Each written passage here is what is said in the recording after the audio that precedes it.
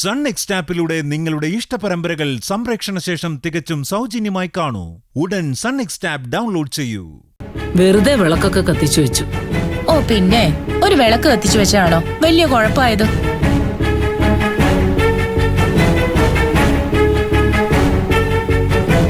ഏട്ടന് ഏതോ ഒരു സുഹൃത്തിനെ അത്യാവശ്യമായിട്ട് കാണാൻ പോണെന്ന് പറഞ്ഞിട്ട് എന്താ പോകുന്നില്ലേ? പോണം. എന്നാ ഞാൻ പോയിട്ട് വരാം. ആ ഏട്ടാ, പെട്ടെന്ന് തിരിച്ചു വരണേ.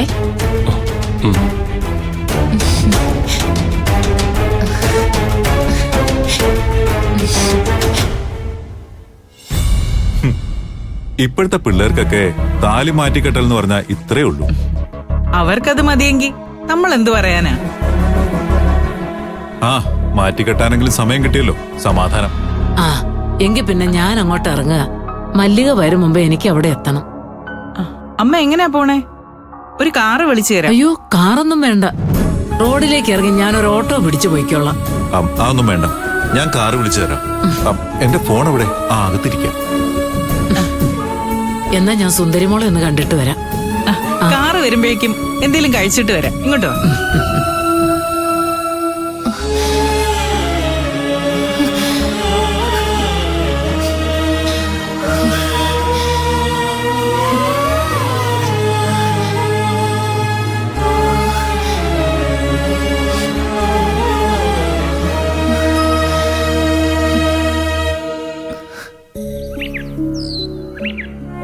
എറണാകുളത്ത് നിന്ന് ഇത്രയും ദൂരം വന്നിട്ട് കാർത്തി ഒന്ന് കാണാൻ പറ്റാതെ പോവാന്ന് പറഞ്ഞാ അത് സങ്കടമുള്ള കാര്യമല്ലേ? എനിക്ക് തോന്നുന്നത് അവരമ്പലത്തിൽ പോയി കാണൂന്നാ. അതാ ഫോൺ എടുക്കാത്തത്. ഞാൻ മോളെ വിളിക്കാം. അവളുടെ കയ്യിൽ സുന്ദരിയുടെ നമ്പർ ഉണ്ട്. വിളിച്ചു ചോദിപ്പിക്കാം. എന്നിട്ട് വീട്ടിലേക്ക് പോയാ മതി. അല്ല, ആരാ ഈ സുന്ദരി? സാറ് കാർത്തിയുടെ കൂടെ എറണാകുളത്ത് ജോലി ചെയ്യുന്ന ആളാണെന്നല്ലേ പറഞ്ഞത്? ആ അതെ. എന്നിട്ട് സുന്ദരി ആരാണെന്ന് അറിയില്ലേ? ഇല്ല. ഓ, സാറ് കല്യാണത്തിന് വന്നു കാണില്ല അല്ലേ? അതാ. ആരുടെ കല്യാണം?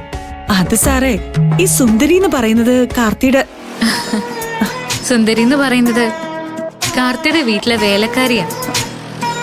വേലക്കാരിയോ? ആ, വേലക്കാരി തന്നെ. മോളെ, നീ ഇങ്ങനെ പറയണത് അവിടെ ആരും കേക്കണ്ട. അവർക്ക് വേലക്കാരി മോളെ പോലെ ആയിരിക്കും എന്ന് കരുതി എല്ലാരും അങ്ങനെ കാണണമെന്നില്ലല്ലോ. എന്തൊക്കെയാടി മോളെ നീ പറയുന്നേ? അമ്മ പോയി ഈ സാറിന് കുടിക്കാനൊരു ചായ എടുത്തിട്ട് വന്നേ. ഞാൻ ചോദിച്ചതാ, വേണ്ടെന്ന് പറഞ്ഞു.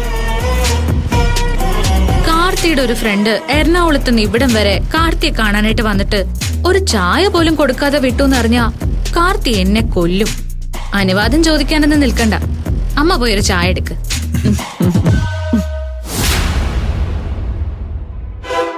സാറ് കാർത്തിയുടെ വീട്ടിൽ പോയില്ലല്ലോ? ഇല്ല, എനിക്ക് വഴിയറിയില്ലല്ലോ. കാർത്തിയാണെങ്കിൽ വിളിച്ചിട്ട് ഫോൺ എടുക്കുന്നുമില്ല. അല്ല, സാറിന്റെ പേര്? രഘുവർമ്മൻ. ഒരു കാര്യം ചെയ്യാം, സാർ ഇവിടെ ഇരിക്കെ, ഞാൻ കാർത്തിയുടെ അമ്മയൊന്ന് വിളിച്ചു നോക്കട്ടെ. ഓക്കെ.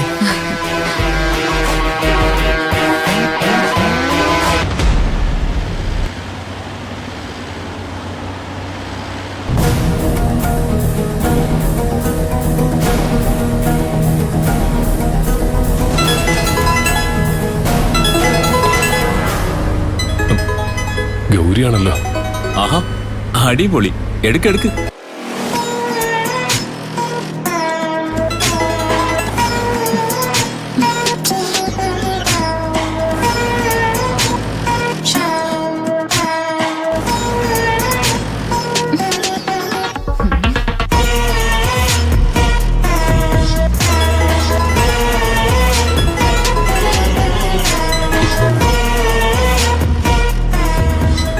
വലിയ ശല്യമായല്ലോ.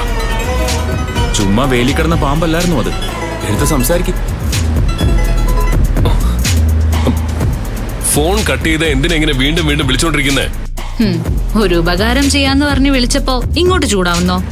ഉപകാരോ? എന്തുപകാരം? ഒരൈറ്റം എന്റെ വീട്ടിൽ വന്നിരിപ്പുണ്ട്. ഇപ്പൊ ഒരു ഫോട്ടോ ഞാൻ വാട്സാപ്പ് ചെയ്യാം, കണ്ടു നോക്ക്. ഐറ്റോ? എന്ത് ഐറ്റം? ഹലോ, കട്ടായി.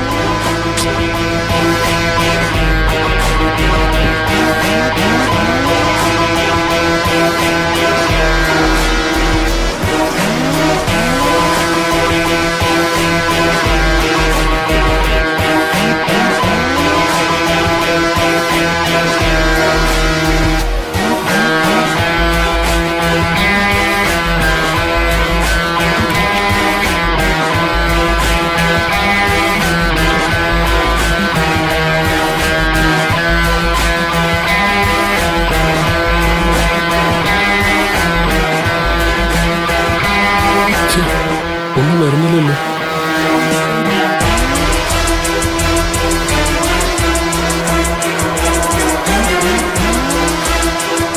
ദേ വന്ന് നോക്ക്.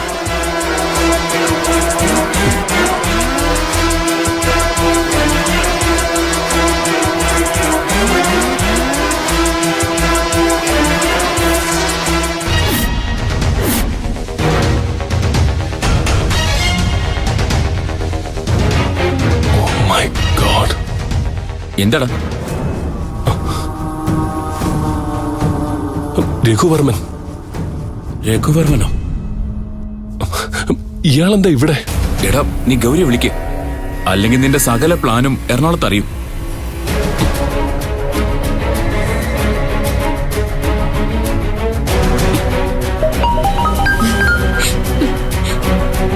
ഹലോ ഗൗരി, ഇയാളെങ്ങനെ ഇവിടെ വന്നു? ആളെ മനസ്സിലായല്ലോ. എന്ത് വേണം? ഒരു കാരണവശാലും അയാളെ വീട്ടിലേക്ക് വിടരുത്. എന്റെ ആഗ്രഹം അത് തന്നെയാ. കാർത്തിക് എത്തിയ വിവരം എറണാകുളത്ത് അറിഞ്ഞ നമ്മൾ കല്യാണം കഴിഞ്ഞ് അവിടെ ചെല്ലുമ്പോ എന്നെ രണ്ടാം ഭാര്യന്ന് വിളിക്കില്ല എല്ലാരും. അയ്യോ, അതല്ലേ ഞാൻ പറഞ്ഞത്. അയാളെ വേഗം പറഞ്ഞു വിട്. Don't worry Karthik, within minutes ഞാൻ അയാളെ എറണാകുളത്തേക്ക് പാക്ക് ചെയ്തിരിക്കും. ആ.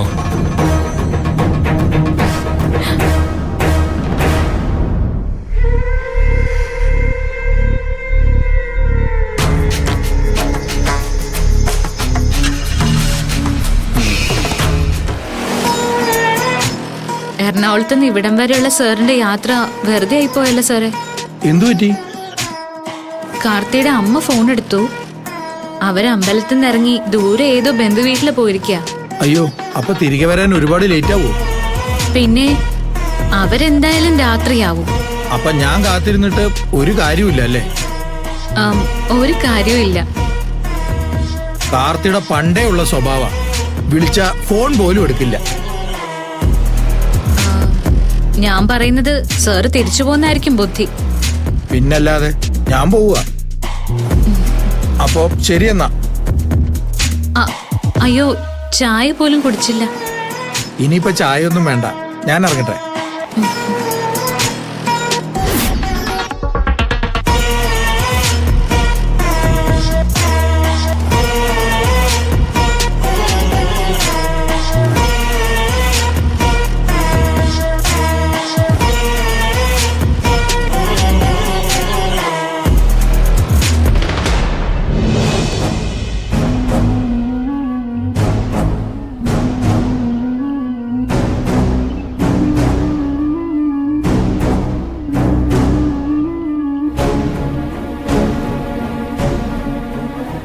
മച്ചനെ, രഘുവർമ്മൻ പോയില്ലേ?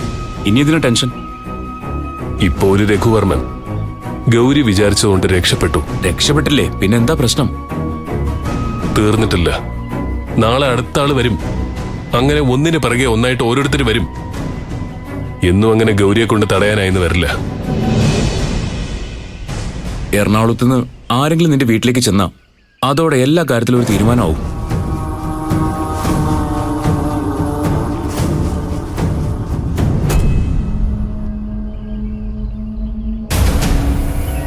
സുന്ദരിയുടെ കാര്യം നമ്മുടെ എറണാകുളം ബെൽറ്റിൽ ഏതെങ്കിലും ഒരാളുടെ ചെവിയിൽ എത്തിയാൽ മതി.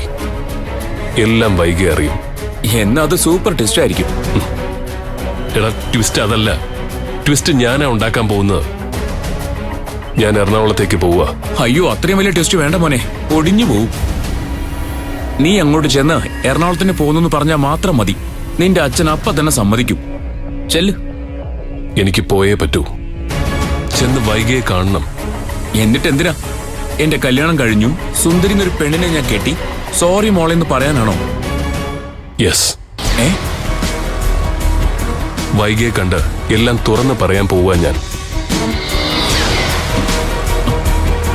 സൂപ്പർ മച്ചാ, ഉഗ്രൻ തീരുമാനം. നിന്റെ ജീവിതത്തിൽ നീ എടുത്ത ഏറ്റവും നല്ല ഡിസിഷൻ. വൈകി കാണ്, എന്നിട്ട് നടന്നതെല്ലാം തുറന്നു പറയും. വേണമെങ്കിൽ ഒരു മാപ്പും പറഞ്ഞേക്ക്. എന്നിട്ട് സുന്ദരിയുടെ കൂടെ സുഖമായിട്ട് ജീവിക്കും. എടാ, സുന്ദരിയുടെ കൂടെ ജീവിക്കാനല്ല ഞാൻ വൈകിയോടെല്ലാം തുറന്നു പറയാൻ പോകുന്നത്. പിന്നെ നീയെ ഭ്രാന്തി ഗൗരിയെ കെട്ടാൻ പോവാണോ? ഗൗരിയോ? ഒന്ന് പോടാ അവിടുന്ന്. എന്തോ നാടേ ഇത്? നിന്റെ മനസ്സിൽ എന്തോന്നാ? ഒന്ന് തുറന്നു പറ.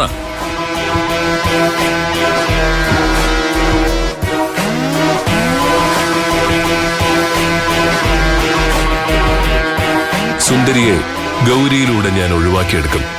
എന്നിട്ട് ഗൗരിയോട് ഞാൻ ഗുഡ് ബൈ പറയും. പിന്നെ വൈക എല്ലാം തുറന്നു പറഞ്ഞു കഴിയുമ്പോ വൈക എന്നോട് ക്ഷമിക്കും. അങ്ങനെ ഞങ്ങൾ ഒരുമിച്ച് ജീവിക്കുകയും ചെയ്യും. ഇതൊന്നും നടക്കാൻ പോകുന്നില്ല മോനെ. നീ ഇവിടുന്ന് എറണാകുളത്തിന് വണ്ടി എടുത്താ ലെഫ്റ്റ് സീറ്റിൽ സുന്ദരി ഉണ്ടാവും. ഇല്ല, സുന്ദരി ഇല്ലാതെ തന്നെ ഞാൻ എറണാകുളത്തേക്ക് പോകും. എങ്ങനെ? അതിനൊരു മാസ്റ്റർ പ്ലാൻ ഉണ്ട്. ഒന്ന് അടവ് മാറ്റിപ്പിടിക്കുക ഞാൻ.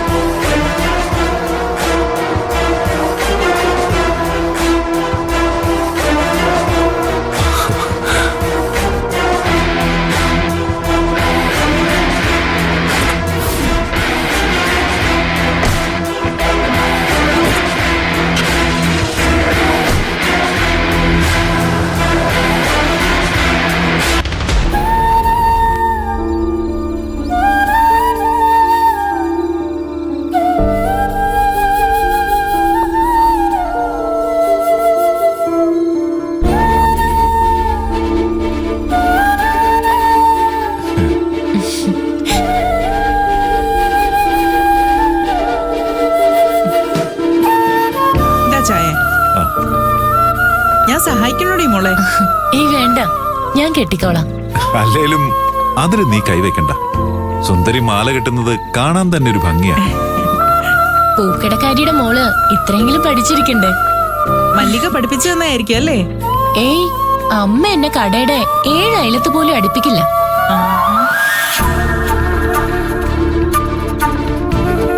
ഞാൻ എന്തെങ്കിലും സഹായിക്കാൻ വേണ്ടി ചെന്ന് നിന്നാ തന്നെ അവസാനിക്കുന്നത് എനിക്ക് തല്ലു കിട്ടുന്നതിലായിരിക്കും. മല്ലിക മോളെ തല്ലൊക്കെ ചെയ്യുവോ? ആ, തല്ലൂന്നോ? അമ്മ തല്ലി തുടങ്ങിയ പിന്നെ 7 കരയെന്നും ആള് കൂടുന്ന ബഹളമായിരിക്കും. അത്രയ്ക്ക് ഉറക്കെയാണോ മല്ലിക തല്ലുന്നേ? ഹേയ്, അമ്മ തല്ലുന്നതിന്റെ ബഹളമല്ല, ഞാൻ കരയുന്നതിന്റെ ശബ്ദമാ.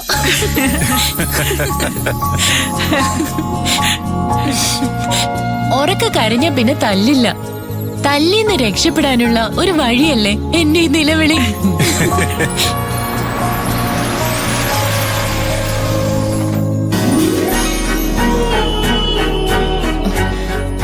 ആര് വന്നല്ലോ അച്ഛാ?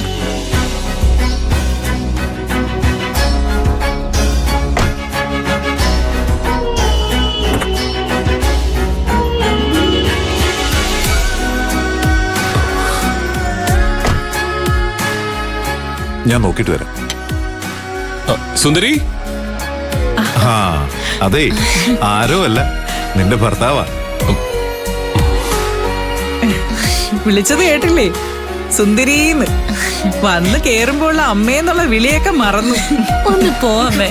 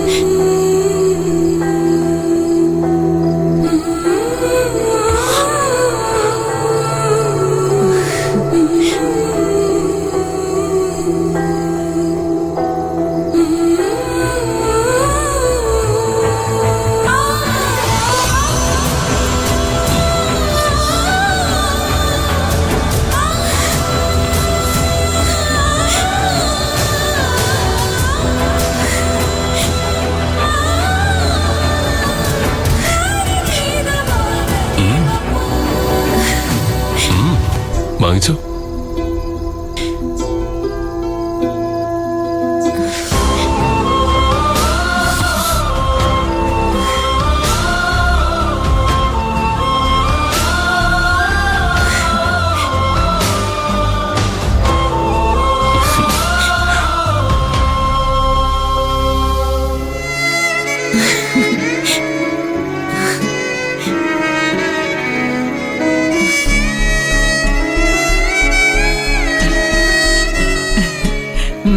കൊള്ളാം.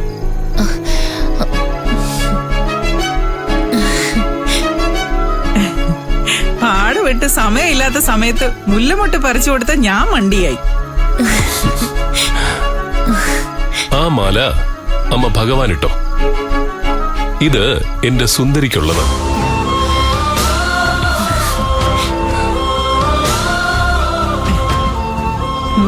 അവൻ പറഞ്ഞ കേട്ടോ. ഇതുപോലെ കുറെ മുല്ലപ്പൂ ഞാനും നിനക്ക് വാങ്ങിച്ചോണ്ട് തന്നിട്ടുള്ളതല്ലേ. ഒന്ന് പോടും. സുന്ദരി,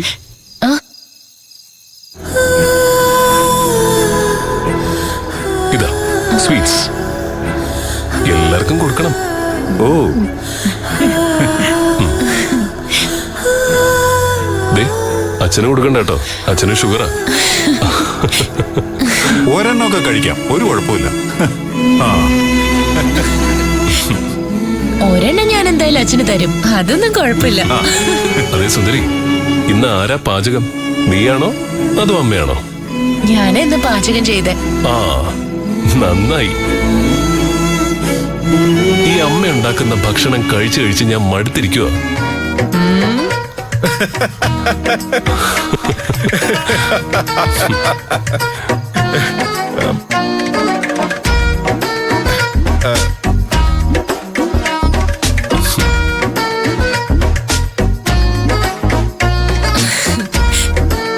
അതെ, ഇന്നെങ്കിലും നല്ല ടേസ്റ്റുള്ള ഭക്ഷണം കഴിക്കണം. ഇവൻ പറയുന്നൊക്കെ കേൾക്കുന്നുണ്ടല്ലോ. സത്യം വിളിച്ചു പറയാനുള്ള ധൈര്യം അവനുണ്ടായിപ്പോയി. എനിക്കതില്ലാതെയും പോയി. എങ്ങനെ? അവൻ പറയുന്നൊന്നും നീ കാര്യാക്കണ്ടെന്ന് പറഞ്ഞതാ. ഞാൻ കേട്ടായിരുന്നു. സുന്ദരി, എനിക്കൊന്ന് ഫ്രഷ് ആവണം, എന്നിട്ട് ഞാൻ കഴിക്കാം. അയ്യോ അമ്മേ, ആ മുല്ലപ്പൂ കെട്ടി തീർന്നിട്ടില്ല. ഓ, അത് ശരിയാണല്ലോ. ബാക്കി അമ്മ കെട്ടിക്കാം. അവന് ഫ്രഷ് ആവാനും സുന്ദരി വേണം. ചെറുക്കന്റെ ഒരു കാര്യം. പല്ല് തേക്കാനുള്ള പേസ്റ്റ് വരെ ഇപ്പോഴും കയ്യിലെടുത്ത് തരണം. എന്നിട്ടാ അവനെ കുറ്റം പറയുന്നത്. ആ, അച്ഛന്റെ അല്ലേ മോൻ.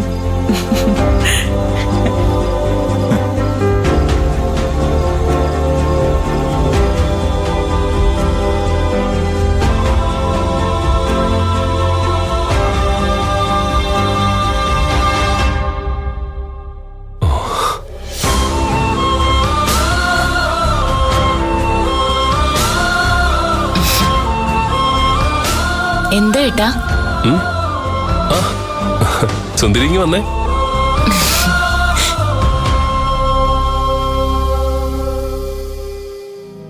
ഇങ്ങോട്ട് ഇരിക്ക്.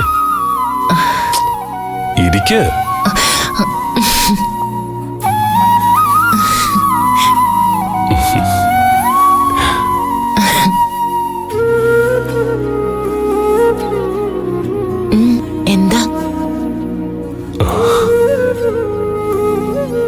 ഐ എം സോറി സുന്ദരി. അയ്യോ, എന്തിന്? ഈ താലി ഞാൻ തന്നെ മാറ്റി കെട്ടിത്തരേണ്ടതായിരുന്നു. ഏയ്, അത് കാര്യാക്കണ്ട.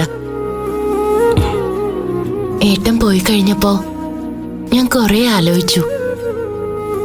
ഏട്ടൻ പറഞ്ഞതാ ശരി. ഈ ചടങ്ങുകളൊക്കെ ആരുണ്ടാക്കിയതാ? ഒരു താലിയിലൊന്നും അല്ലല്ലോ ജീവിതം ഇരിക്കുന്നത്. നമ്മൾ എങ്ങനെ ജീവിക്കണമെന്ന് നമ്മൾ തന്നെയല്ലേ തീരുമാനിക്കേണ്ടത്? അതുപോലും നമ്മൾ തീരുമാനിച്ചിട്ടില്ല എന്നുള്ളതല്ലേ സത്യം.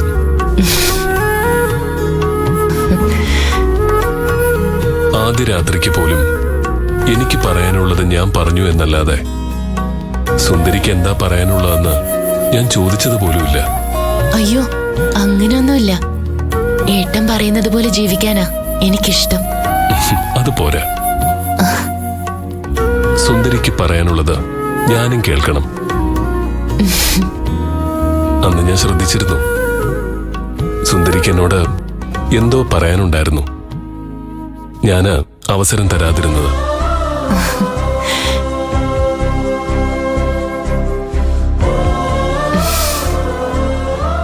പറ, എന്താ അന്ന് പറയാൻ പറ്റാതെ പോയ കാര്യം?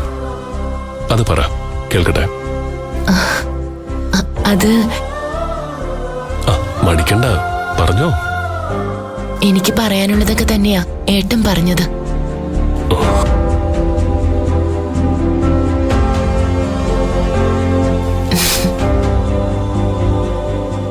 വിവാഹ ജീവിതത്തെക്കാൾ ഏട്ടൻ പ്രാധാന്യം നൽകുന്നത് ലക്ഷ്യങ്ങൾക്കാണ്. അതുപോലൊരു ലക്ഷ്യം എനിക്കുണ്ട്. ആഹാ, അത് കൊള്ളാലോ, കേക്കട്ടെ. അതെ, ഞാൻ ഡിഗ്രി സെക്കൻഡ് ഇയർ കഴിഞ്ഞതാ. ഇംഗ്ലീഷാണ് മെയിൻ. ഓ, ഡിസ്റ്റന്റ് എഡ്യൂക്കേഷനാ. സെക്കൻഡ് ഇയറില് 98% മാർക്കും ഉണ്ട്. ഗുഡ്.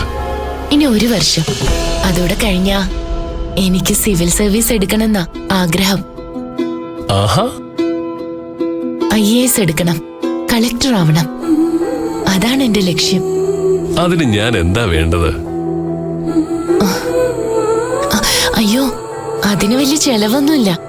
എനിക്ക് IAS അക്കാദമി സ്കോളർഷിപ്പ് തരാന്ന് പറഞ്ഞിട്ടുണ്ട്. ഓഹോ, എന്താ ഞാൻ പൈസ ചെലവാക്കി പഠിപ്പിച്ചാൽ ശരിയാവില്ലേ?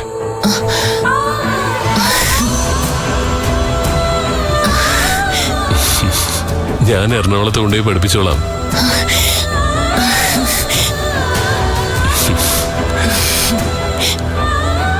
പഠിപ്പിച്ച് കളക്ടറാക്കും ഞാൻ.